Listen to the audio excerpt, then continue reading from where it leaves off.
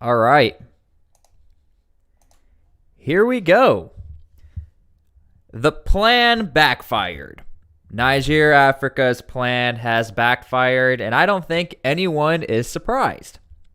Now, for those of you who are not aware, ECOWAS has threatened a D-Day. They're not saying what the date is.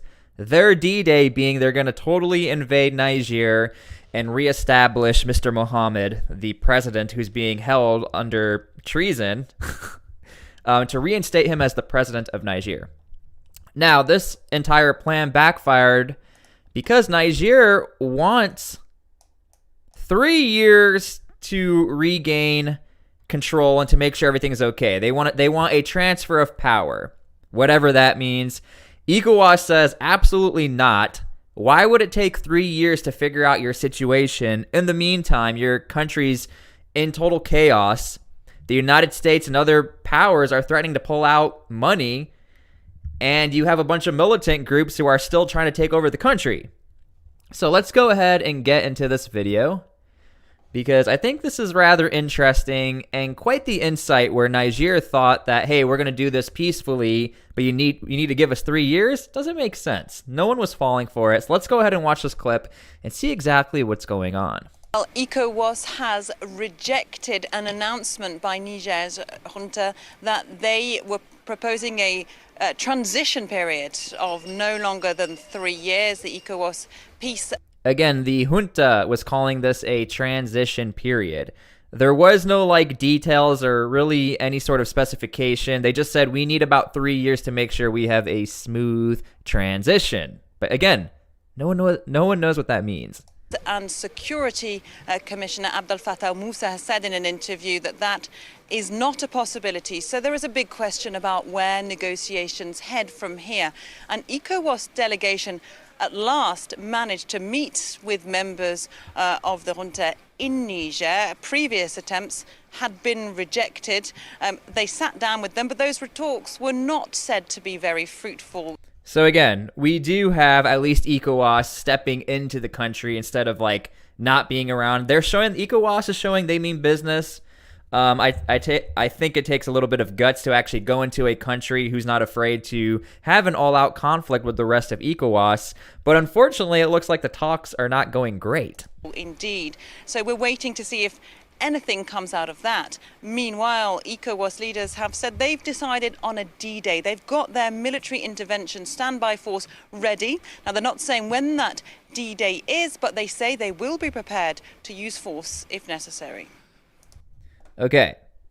Now, here's what the overall issue is that while all of this is happening and there's negotiations and everybody wants peace, ECOWAS is still dealing with the common threat, along with Niger, is that you have these militant groups who are still using this quote-unquote peace grace period to cause some chaos. This is the perfect time for militant groups to actually go into the country of Niger, try to recruit for their campaign, or, while everything is being disturbed, militaries are trying to train, militaries are on standby, they're not paying attention to what militant groups are doing. And because of that, you actually have Niger, and this is sort of oldish news, August 16th, but I still think it's relevant because it's still happening today. You had troops who were ambushed by militant groups. Niger's military says suspected terrorists have ambushed a group of its soldiers near the country's western border. The attack killed at least 17 soldiers and wounded another 20. The defense military says it killed around 100 of the attackers. Mayani Jones with our partners at the B. Okay, so you have that going on. And I've talked about this before, where now we have even more complications, is that the United States has trained all of these militaries in one way, shape, or form. So now you have the issue of militaries know their next move. Militaries know exactly what they're going to do or not do. And I think that's going to be another interesting aspect if if a conflict happens. I don't want a conflict to happen, but these are things to look into that can make things rather dirty and disgusting. You have these militant groups who are trying to take over, and you have all these nations who have the same form of standardization when it comes to military action. U.S. Special Forces are training troops in Niger to fight the main terrorist organization in the region. And NBC News Pentagon correspondent Courtney Cuby was given special access to that training mission. Let me skip right to where they show the good stuff. called the Islamic State and the new areas and locations that they haven't been in recent years. That's part of the reason that the U.S. military is here in Niger, also in Benin, where we spent a couple of days before we got here. The mission here. By the way, I was a former combat engineer. Hated the minesweeper. This is one thing you should never do if you have a minesweeper, is stick it straight up in the air, especially when you're next to what looks to be your platoon leader or some sort of leader element. That guy is just standing out like a sore thumb. So anybody who joins the U.S. military and you do happen to be the minesweeper guy, you don't really want to stick it up in the air like that. Try to keep it down low, considering mines are below you, not above you. I just had to throw that out there. Here is to train the local Nigerian Special Operations Forces, and doing that is U.S. military Special Operations Forces. They train them on everything from detecting and disabling IEDs or roadside bombs to clearing houses. And while they're training them during the day, these same Nigerian forces are going out and conducting these missions at night. So again, these are not just like some pushover fighting forces that Niger has, especially under their special forces element. But again, the complication is that the U.S. Special Forces uses Niger, Africa as a training ground for other countries of ECOWAS to come on in and help train. Now, the U.S. Special Forces and the Pentagon, I think, was really hoping that since we all have a common enemy, let's at least try to work together. That is the purpose of U.S. Special Forces, is to train militaries or special forces groups in hopes that if a coup does happen, you remember who was there for you. You guys remember United States was there for you. Let's work together. Otherwise, you're going to lose some money. They don't seem to care.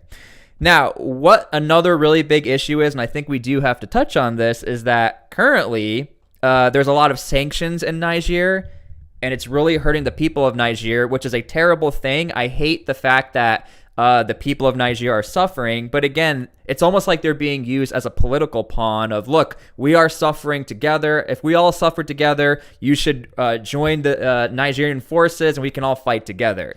But again, I want to paint the entire picture here to let you guys know how bad it is in Niger and how unfortunately this gets twisted as motivation and a last-ditch effort on all sides. A convoy of trucks loaded with food and other basic goods reached Niger's capital, Niamey. The much-needed supplies arrived under armed escort. But the relief they bring will only be temporary, since the country's borders with ECOWAS member states remain closed. Remember that, guys. Niger right now is totally blocked off by ECOWAS. And of course, the leaders of Niger have said, look, everyone is against us. ECOWAS is closing off our borders. We need to stand together. And attacks by armed groups have been increasing. At Niamey's main market, Abdulkader wonders when and why his next supply of grains will come, now that the border with Nigeria is shut. We want to bring in goods, but it's impossible to do that, and what's left in the market isn't enough to go around.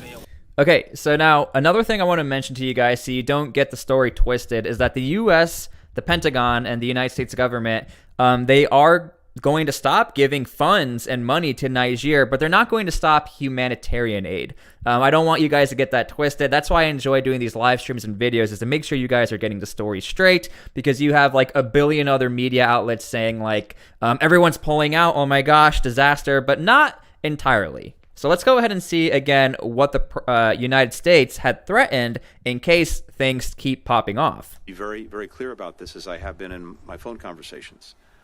Our economic and security partnership with Niger, which is significant, hundreds of millions of dollars, depends on the continuation of the democratic governance and constitutional order that has been disrupted by the actions in the last few days. So that assistance, that support, is in clear jeopardy as a result of these actions, which is another reason why they need to be immediately reversed. Because again, and I will keep reiterating this, if the United States refuses to call Niger a coup or what's happening a coup, they say it appears to look like a coup, but we're not saying it's a coup.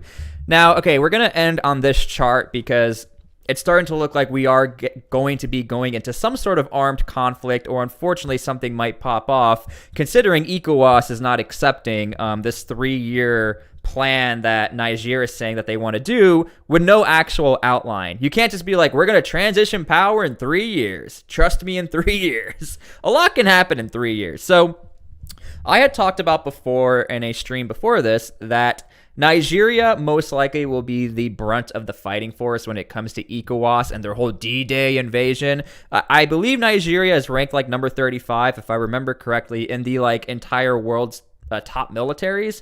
And so one thing you also have to remember is that since you have some countries here in red, that's because these countries essentially stand together. Niger, Mali, Burkina Faso, and Guinea have Mali, Burkina Faso, and Guinea all said they will stand with Niger in case there is a military intervention, which is not good because then we have the total split of ECOWAS, which is terrible because, again, they do all have a common enemy, which are these militant groups trying to take over. So I think it's interesting to see how diverse and different these militaries are, and why a lot of the evidence and proof goes into the fact that Nigeria will probably be the brunt of the force. So Nigeria owns 135,000 active troops. Ivory Coast, 25,000 troops. Senegal, 19,000. Ghana, 14,000. Togo, 11,000. Sierra Leone, 9,000. I mean, this is like nothing, people. I was in the 101st Airborne, the 3rd Brigade Rakkasans. Alone at max fighting, we had about 4,000 to 5,000 troops, okay? Think about that in comparison to Benin with 7,000 troops. Guinea-Bissau, 4,000. Gambia, 3,000. Liberia, 2,000. Cape Verde, 1.2 thousand, which is literally nothing. That's like almost a mega battalion at full max infantry fighting force. So, guys, keep that into consideration that some of these militaries are absolutely tiny, yet Nigeria is at 135,000. Another thing you want to keep in mind in case something does pop off is that Mali and Burkina Faso do have the backing of Wagner in case they do need some more support, training, equipment, etc. They, when you're backed by Wagner, you're backed by Russia. So that's why a lot of people are saying Mali and Burkina Faso have no issue working with Niger because they know that their militaries are not bad. They have really good training, but they also have the backing of Wagner. And for sure, Mali and Burkina Faso feel okay with at least taking down these bottom tier groups. These bottom tier groups are almost nothing, okay? I'm not trying to slam or hate on these African nations, but let's be honest, when you're looking at the numbers, I'm not all about the numbers. It's all about quality, but in this case, it's going to be all about the numbers, okay? So anyway, yeah, that's what's happening right now. I'm going to be posting this live stream, so in case you missed some of it, it's going to be posted. Make sure you guys comment on the posted video. It helps out a lot, and it gives a little more context on what's going on. I'm going to keep you guys updated in case Niger, gives a better plan besides saying we're going to give a 3-year plan and we're going to have a new leader. I said this from the beginning. No one's going to trust this 3-year plan. That's absolutely asinine and crazy. So anyway, I'm going to post this live stream. Thank you so much for everything. I love all you guys. Thank you for being here. And we hope for peace on this channel. We don't want any fighting. But that's current.